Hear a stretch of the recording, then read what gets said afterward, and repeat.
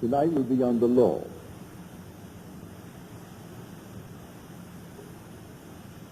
I think you'll find it a very practical evening. But remember, you are the operant power. It doesn't operate itself. But all day long, whether you know it or not, you are operating it. Nothing appears to us in perception which cannot be duplicated in fancy. Consequently, the world perceived always resembles our private fancy, and is therefore, as far as the evidence goes, imaginal in character. Now, here we are trying to find the cause of the phenomena of life. What makes things happen? Why is that one poor and that one rich? Why is that one known and the other unknown? And why is one this and the other that? And yet we are told in Scripture there is only one cause, only one God. Hear, O Israel, the Lord, our God, the Lord is one. There aren't two gods, there's only one God. But we have to find out who this one God is. If I should speak to you now and say, and speak of your God, the chances are, and you can give it any number you want, 1,000,001 or trillions in one, that hearing the word your God, that your mind will instantly think of someone or something external to yourself. I do not care how you form it, but you will think of God, your God, as external to yourself. But if I spoke of your imagination, I am certain you will think of no one but yourself. Could it be that your imagination is the God of Scripture?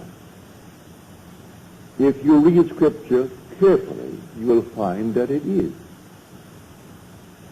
There's only one creative power. We are told in the 32nd chapter of the book of Deuteronomy that I, even I, am He, and there is no God beside me. I kill, I make alive, I wound, I heal, and there is none that can deliver out of my hand. From this we see that the creative power of the world, the creator of the world, is like pure imagining in ourselves. He works in the very depths of our soul, underlying all of our faculties, including perception. But he streams into our surface life, least disguised, in the form of productive fancy. So you see anything here through your senses. Shut your eyes, close your senses completely, and you can reproduce it in fancy. Does it teach me anything? Well, I'll tell you, it'll teach you everything if you'll believe it. If I can get you to accept the true God, the only true God, which is your own wonderful human imagination. Does Scripture teach it really? Yes, Scripture does.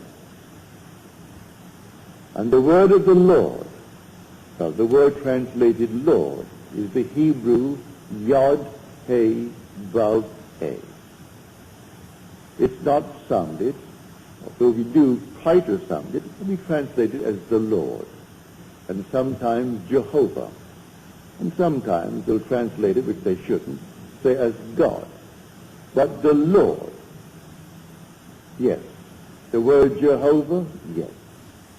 Well, the word Jesus begins Yod He Vav. So here we find the same root in the word Jesus.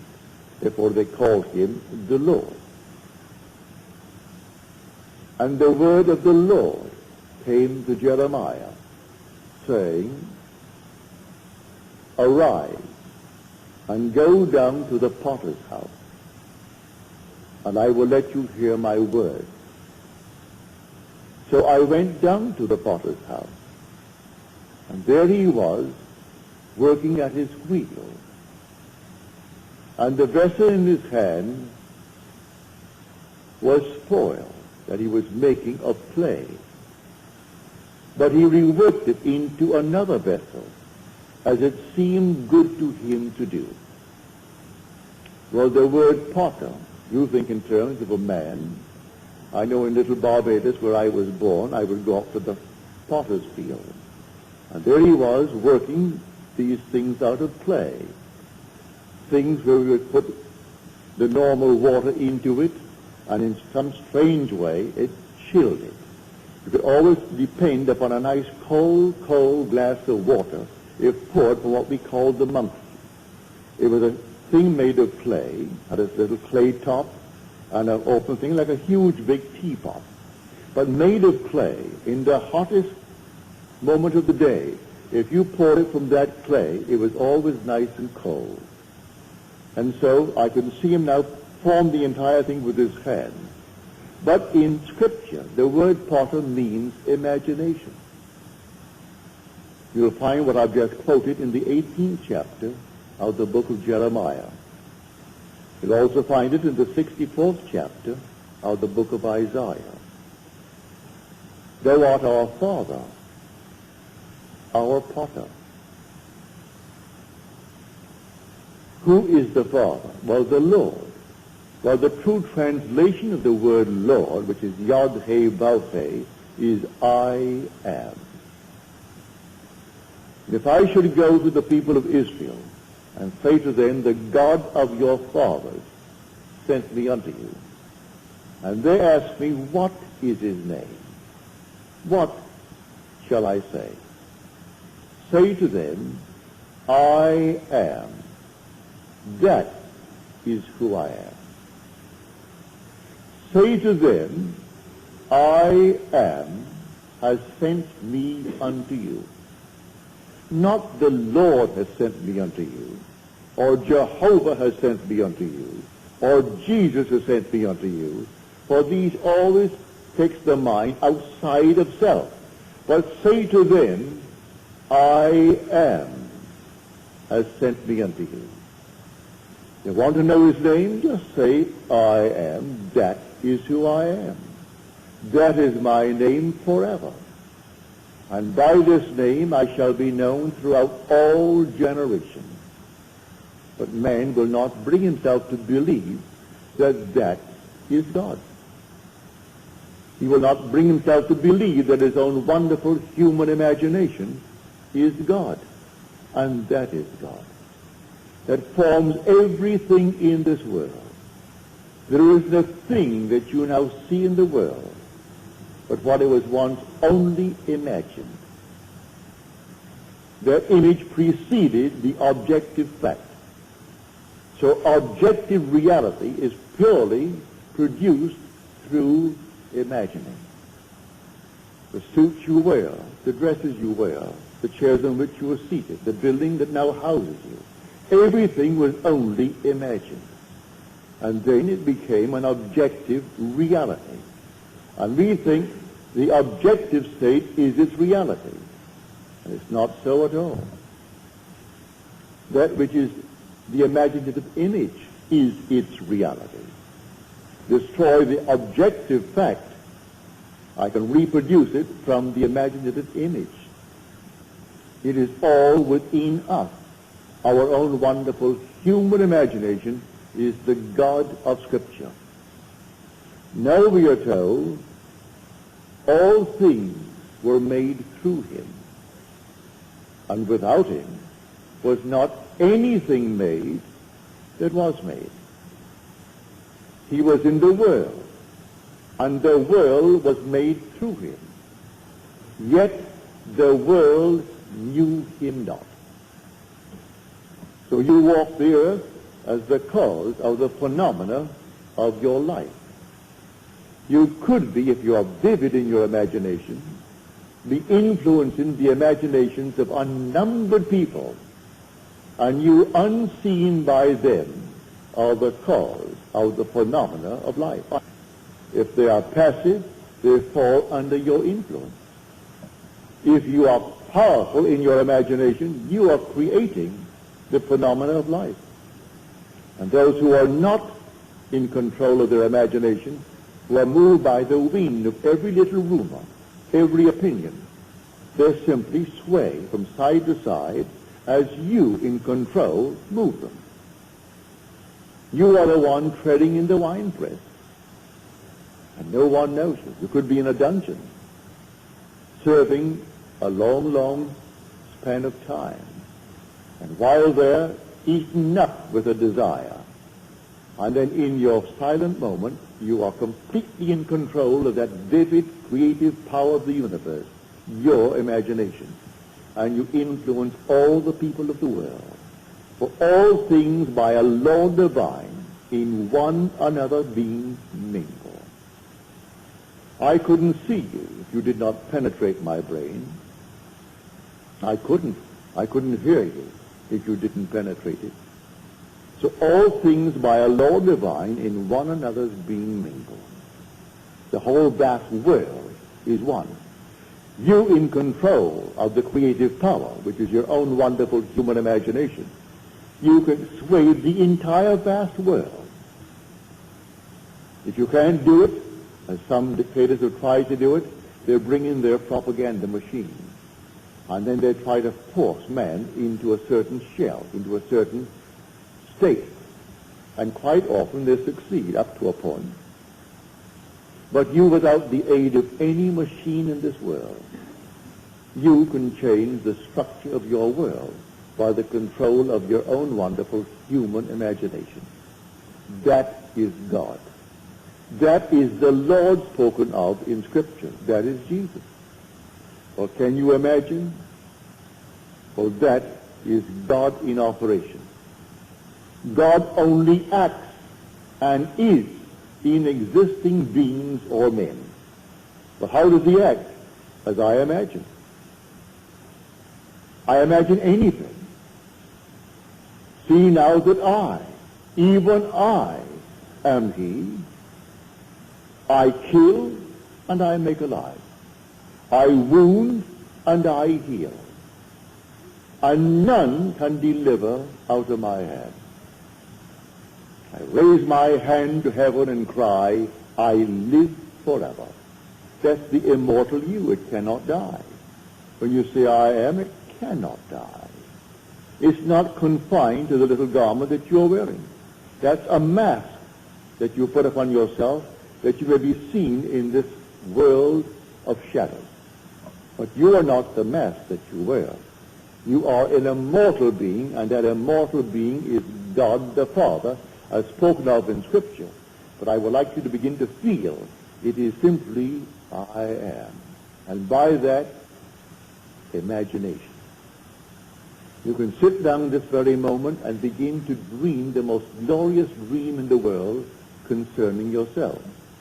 At the moment of the dream, reason denies it. Your senses deny it. But if you dare to assume that assumption, that you are already that in its fullness, and persist in that assumption, it will harden into fact. Blake said, I met Isaiah and Ezekiel, and I dined with them last night. And I say to Isaiah, do you really believe that an assumption will harden into fact? He said, all prophets believe that it does, but today not very many are capable of an assumption of anything. They change from moment to moment. If I could dare to assume that I am what at the moment reason denies and persist in my assumption in a way that I do not know and I need not be concerned about, it will actually find the necessary means to externalize itself within my will. That I know from experience, and Scripture teaches it from beginning to end. This is the law that came after the promise. The promise came first, and that is irrevocable. No one can fail in the fulfillment of the promise. You will awaken one day as God himself, and you will know it. That is the promise. But while we are moving through this vale of tears, we have a law, and the law is the law of assumption. If I dare to believe that what I have said will come to pass, and not question it, well, go your way, it will come to pass. Here's a simple thing. My father, in a little tiny island, it's only 21 miles long by 14 wide. That's where I was born. He is not a brilliant mind. He's gone from this world at the age of 85. His time was up and he departed. He had no formal education, very little education. The war came, the First World War came to an end in 1918. The boys began to return in 1919. As these troop ships came in, bringing back the boys from Europe and from North Africa, he heard the officers, and the captains, and the stewards discuss the next World War. I can hear my father now. For in 1919, I was born in 1905, so here I am, 14 years of age. And all of us are now growing up, young men. And my father said, we'll have another war in 20 years. It'll break in 1939. Mother said, Joseph, why do you say that? Look at all of our boys. They'll all be ready for the war. Why do you say that? And there were 9 boys, 1 girl. He said, it will happen in 1939, 20 years. He even named the 2 sides and placed Italy on the side of Germany and Japan on the side of Germany, leaving England and France and Russia. He didn't mention the others. They were, naturally, he took it for granted that America would come in to defend the liberties that we have inherited from England. What we now call the Bill of Rights. All this is part of the foundation of that English-speaking world. And he thought, well, now America will come in at the appropriate time, but in 1919 it will break. Well, on September the 1st, 1919, it broke. I was driving through from Montreal. I just spent 2 weeks on the Canadian border. Went into Montreal, and I had, well, champagne and stout. It's a delightful drink, by the way. And so I had a few of those. We got into the car and started back. And on the way back, here comes the radio, and here's the news. England has just declared war on Germany. Germany moved on Poland. England had a treaty and declared war. That was September 1919. Now, my father was not a prophet, but he firmly believed in his assumption.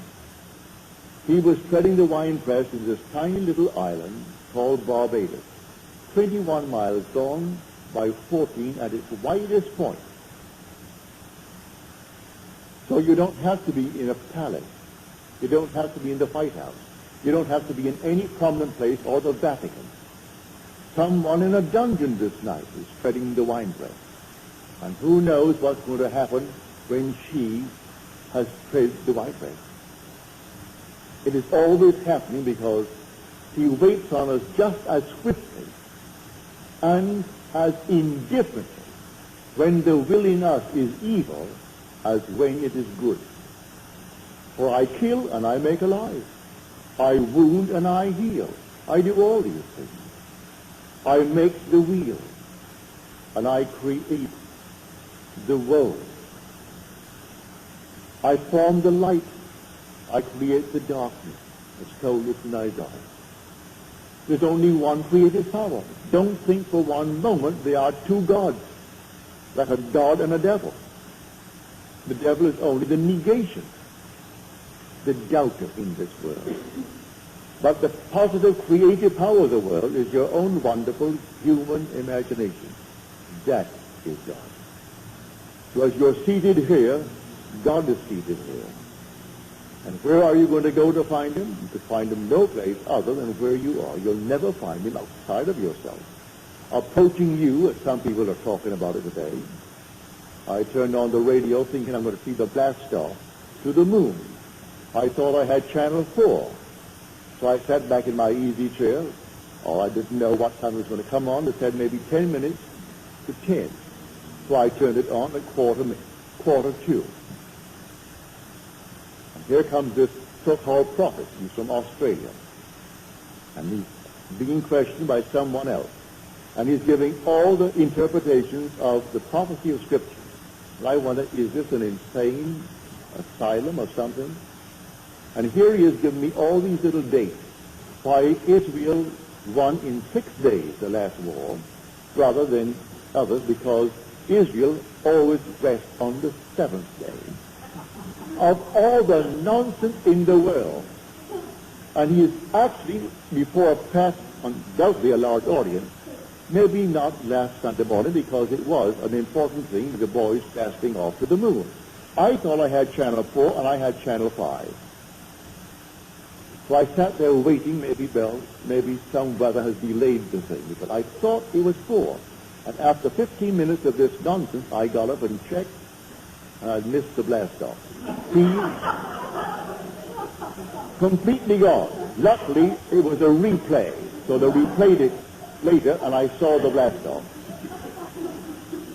And this goes on every Sunday morning. And then they called him an authority, and he so smiled, he so loved that. You are an authority on the Bible. Well, you never heard such nonsense in your life. Well, that is it. I'm telling you of the true God. God became as we are, that we may be as he is. And that God is your own wonderful human imagination. So when you say, I am, that's God. There is no other God. He literally became as we are. Our every breath is the breath of God.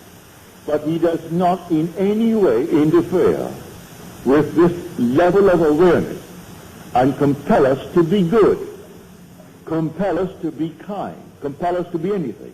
We can exercise the talent, no matter what mistakes we make, what horrors we make in this world, and we have done it, and are still doing it in this world. And who suffers? Only God suffers. But you say, but I am suffering. That's his name. Forever and forever, he has no other name. It's not Jehovah. It's not the Lord. It's not Jesus. It is simply I am. That is the Father. And so I'm telling you tonight, if you really believe it, you can start now, this night, and change the world in which you live. Start with your own environment. What would it be like if it were true that I am now the man that I would like to be, or the woman that I'd like to be? And then simply define it as clearly, for the word potter simply means to mold into a form. The first definition is imagination. It means to resolve. It means to determine. So you could determine a certain state in your world. A resolution now. I resolve to be, and you name it. Not based upon the evidence of your senses or what reason dictates, but a wish on your part. As we are told in Shakespeare, it hath been taught us from the primal state that he which is was wished until he were. And so, he is now a reality in my world. He began only as a wish. I am the man I wanted to be. It began as a wish. My father became the success that he was when he departed this world. It began as a wish. He didn't have one penny in this world. He went to a school, and what do you think the charges were? A penny a week. The British penny being 2 cents. It was 2 halfpennies, 1 penny. A penny a week. And many a week, his father, being a very, very heavy drinker, couldn't find the penny to pay that fabulous scholastic fee.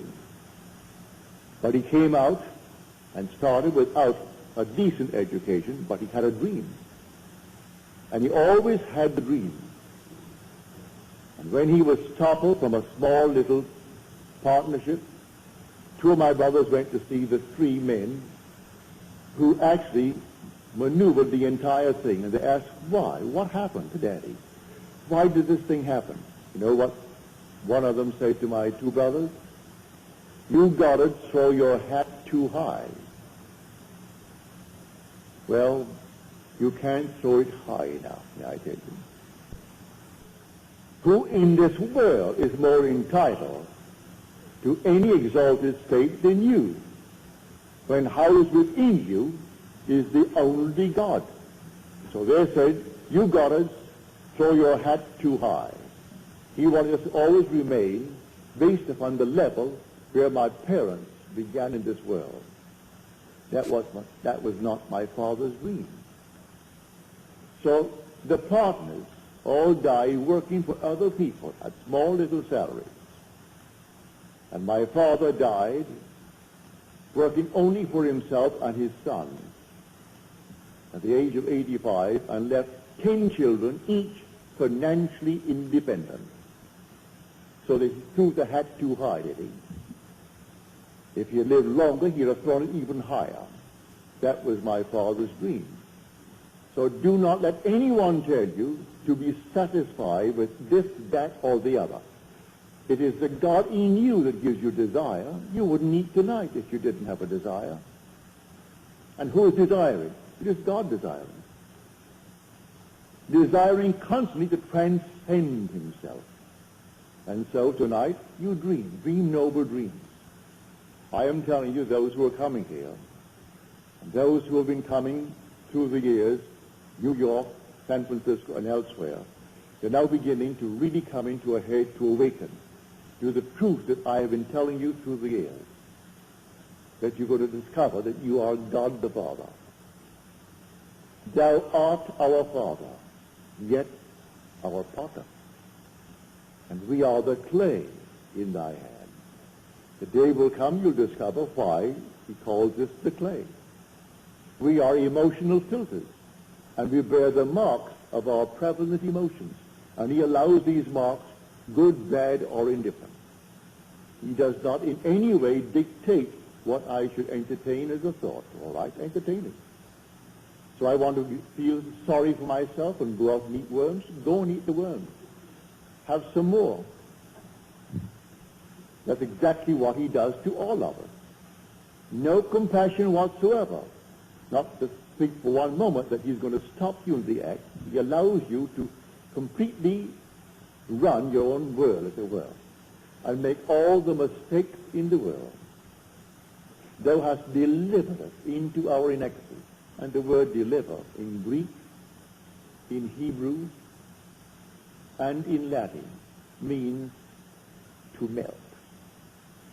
He has melted us and melted us into our iniquity. So we are so much a part of it, we can't even separate ourselves from these infirmities. He allows us to be delivered right into our iniquities, as told us in the 64th chapter of the book of Isaiah. Read it carefully, and you'll see this vision that possessed these men who were qualified to hear from the depths of their own souls. But they heard it as adumbration. And then came the understanding of these shadows, these foreshadowings. And the day will come that everyone in this world will discover he is God the Father. And because he is the Father, then there must be a Son. And that son is David. David is the Christ spoken of in Scripture, but man doesn't know that yet. I am telling you from experience, I know it. And one day you're going to actually see the Christ who reveals you as the Lord, who is the Father. So David is called, not in Scripture, that the thing is going dead again. All right. Here is start back. Is it back? Yeah. So I'm telling you, there's only father and son in this entire wonderful story.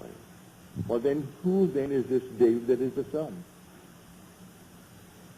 David is the sum total of all the parts that the Lord, I am, has played. He is the resultant state. And you have played all the parts, good, bad, and indifferent. And having played all the parts, then the sum total, the resultant state comes out, and there he stands before you. And he is David. David is the resultant state, the Christ, the anointed one of the Father. And it takes him to reveal you as God the Father. And everyone is going to have this experience. There's a lady here tonight who had this experience back in November. Said, I came upon this beautiful youth of sheer innocence, about 13 years of age, ruddy of complexion, as described in the 16th chapter of 1 Samuel. And he came to me and he said, you are in the fatherhood degree. And I said to him, how do you know? He said to me, I know. I know. And then the vision faded. Then she said, I had this experience. I saw 3 men walking towards me. They were all with a heavenly smile on their face. As they approached, they so resembled each other, they could be triplets. They could be brothers, but triplets. They were so completely alike as they approached. And one had an infant wrapped in a blanket. And he came towards me and placed it in my hand. And I took the infant, and I knew it was my child. Now, 2 days prior to this experience, lying on my bed, I saw these heavenly colors of, well, purple, sort of the amethyst color. And then as they faded, it formed into the most wonderful, brilliant star.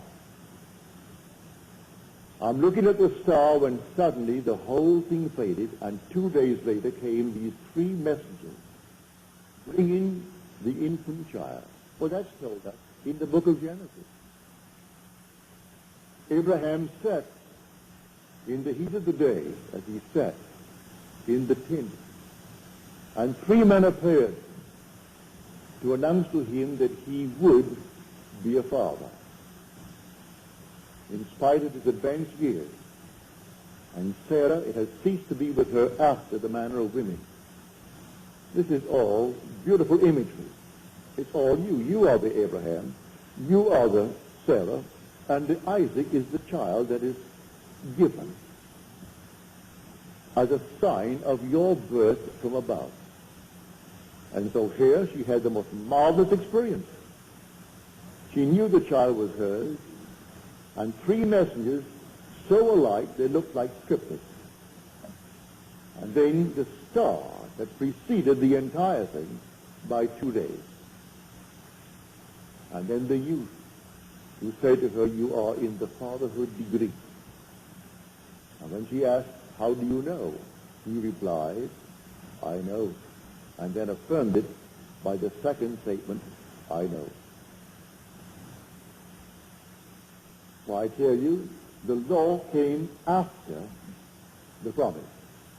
The promise is something that you cannot It's loose. No one can lose it. You could be the most horrible dreamer in the world, and that's all we are anyway, dreaming these fantastic dreams, and some are horrible. But you cannot lose the promise. You can work the law beautifully up to the extreme. Does not mean in any way you're going to earn the promise. The promise comes in spite of your use of law. But while we're in the world of Caesar, why not understand the law and use it wisely? Every moment of time you must be watchful, aware of what you're imagining. To try to change circumstances before you change your imaginary activity is to struggle against the very nature of things. Because your imaginary activity is actually producing objective reality. And so until I change that which is the cause of the phenomena of life, I'm going to reproduce the same thing in my world. So start tonight to change it by changing the imaginal activity. So here, Fawcett said, and I think it's a very marvelous statement that he made, the secret of imagining is the greatest of all problems, to the solution of which all should aspire. For supreme power, supreme wisdom, supreme delight lies in the far-off solution of this mystery. There are so many facets to it.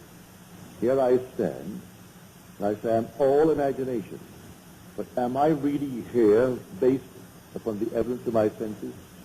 Can I not block out what my reason and my senses are dictating and be elsewhere? Can I not imagine myself to be elsewhere and view the world from there? Instead of wanting to be there and viewing it from here, which tells me I am not? Well, try it. You can be any place you want to be in this world. Man must be wherever he is in imagination, for man is all imagination. So I will simply imagine myself to be elsewhere, if that's where I want to be, or to be other than what I am, if that's what I want to be, and view the world from that assumption. Go forward and prepare the place. He says, wherever the sole of your foot shall tread upon, the same gave I unto you. Wherever the sole of my foot treads, he gives me. For then don't remain here all the time if I want to be elsewhere. And the elsewhere need not be spatial. It could be in a financial manner. It could be in a social manner. It could be in any manner. And so I would dare to trade on a different level. I would dare to assume that I am that which I want to be. I'm treading on it. And I must be wherever I am in imagination, for I am all imagination. Man is all imagination, and God is man, and exists in us, and we in him. The eternal body of man is the imagination, and that is God himself. The divine body we call Jesus is your own wonderful human imagination. And you beat him morning, noon, and night by the misuse of your imagination. He bears all the stripes of man. But he's only your own wonderful human imagination. And he is the immortal you. And one day he will awaken in you, not as another, but as you. That these fellows go forward believing that some strange thing is going to happen, and he's going to come out of the clouds and shake their hand. They'll wait forever. When he comes from within, because he is within. Do you not realize that Jesus Christ is in you? Unless, of course, you have failed to meet the test. Examine yourself to see whether you're holding to the faith. Jesus Christ is in you. Do you not realize that you are the temple of the Lord and the Spirit of God dwells in you? If he dwells in thee, why look on the outside for him to come? When he comes only to awaken within thee, because he's already within thee. He awakes within thee as the very being in whom he awakes. And then I see confirmation of that when I see the resultant state daily. And this handsome, wonderful, you can never one can paint. Oh, they can attempt it, but you can't paint or sculpture the beauty of David. He's beyond description. Something alive that you cannot describe. That's the resultant state of all the parts that the Lord has played. And who is the Lord? I am He. So you're told you will die in your sins unless you believe I am He. Now this person believes in an external God. They'll find it so much easier to stick him on the wall and cross themselves and get them and genuflect. That's done. Did it for today, therefore my work today is done now. We'll do it again tomorrow. Meanwhile, I go about my business doing all kinds of nonsenses with my imagination, and I think I serve the Lord. It's not something you do once in the morning before some little thing on the wall. It's something you do 24 hours a day. You carry it right into the dream world with you. And there your reactions are as they should be when you're awake here. That you're completely in control of your wonderful human imagination, for that's God. That's the creative power of the world.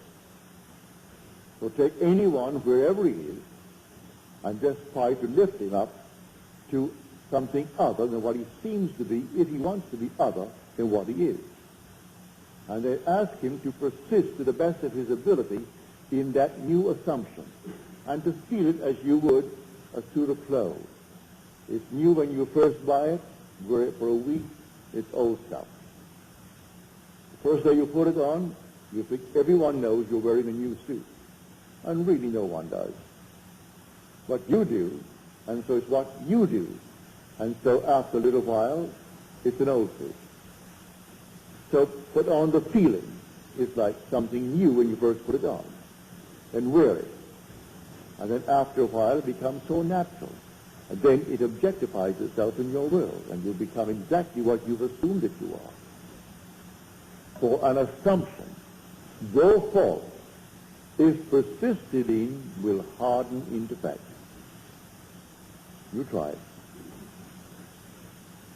Who would have thought an insane person like a Hitler or a Stalin could, by a mere assumption, rise to the height that they did and actually control intelligent men and women, 100 million Germans, the other 200-odd million Russians.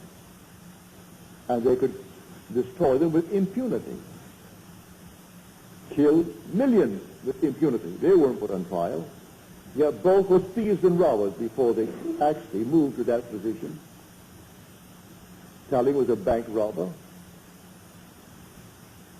and served time for it, and yet they honored him over the years he was there, knowing all along he was insane. Well, you can't conceive of a man called Hitler sane. He was just as insane as anyone could be. But he did assume, and boldly assume, and he lived in it. That's what I mean by this strange, peculiar law that kills and makes alive. And it wounds and it heals. It makes the dark and creates the light. It forms the wheel and still creates the road.